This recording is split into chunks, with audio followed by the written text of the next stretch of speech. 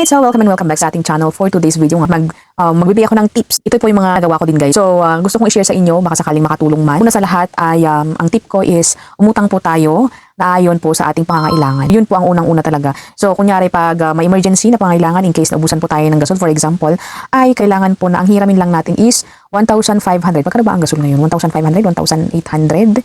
Ay, yun lang po ang ating hihiramin. Hindi po tayo, or wag po tayo mag-exceed ng kunyari 2,500 ang ating kukunin para sa ganun ay may extra namang pera. Pero isipin po natin na yung loan or yung interest niya ay malaki din na dinadagdag sa ating ginutang. So kung ano ang kailangan po natin ay yun lang po ang ating hiramin para sa ganun ay makapagbayad din tayo. So next na aking i-share is kung sakali na mayroon kang utang na madami, unahin po natin na magbayad ng yung mga maliit na inutang natin kung sakali lang na may inutang tayo na 500 or 1,000 and then yung iba naman is 10,000, 15,000, 30,000, unahin po natin yung mas maliit. Ayan. Unahin po natin yung mas maliit para sa ganun ay dahan-dahan po natin silang mabayaran. Yun po ang isang tip ko guys. Para sa ganun is mabayaran din natin kasi ganun po ako guys. Grabe yung nagkapatong-patong na yung aking utang way back 2023 or 2022.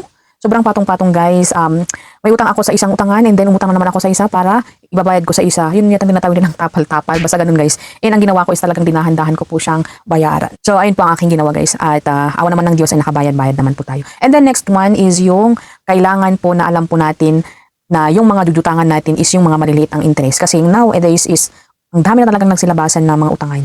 And one thing is 7 days pa talaga. And hindi talaga 7 days guys. Kasi kung mabilangin mo talaga is 6 days. So wag niyo pong i-consider yung mga utangan na ganun guys. Kasi talagang malulubog at malulubog po tayo sa ating pagkakautang. Then next one is wag po tayong umutang. Ganun lang. Basic. Wag po tayong umutang. Kung hindi po natin kailangan, wag na tayong umutang guys.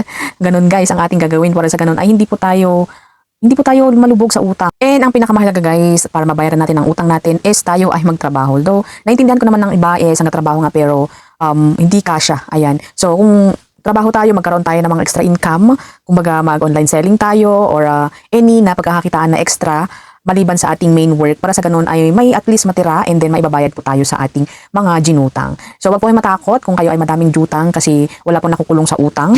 And I hope na wala rin sa inyo guys na nahaharas kasi dami nang nahaharas ngayon. So, ang importante ay dahan-dahanin po nating bayaran lahat ng mga hiniram natin. Kasi sabi nga, ang utang ay utang pa rin at kailangan itong bayaran. So, ayun guys, ang aking masasabi, ang aking masishare na mga tips. At kung meron man kayong iba dyan, ay comment dyan sa baba kung ano yung mga ginawa nyo din para kayo ay maka-utang free. Ayan. So, lahat naman yata ng Pinoy is may mga jutang, iba-ibang klase lamang. Pero, iba-ibang technique din kung paano magbayad. So, please comment down below guys.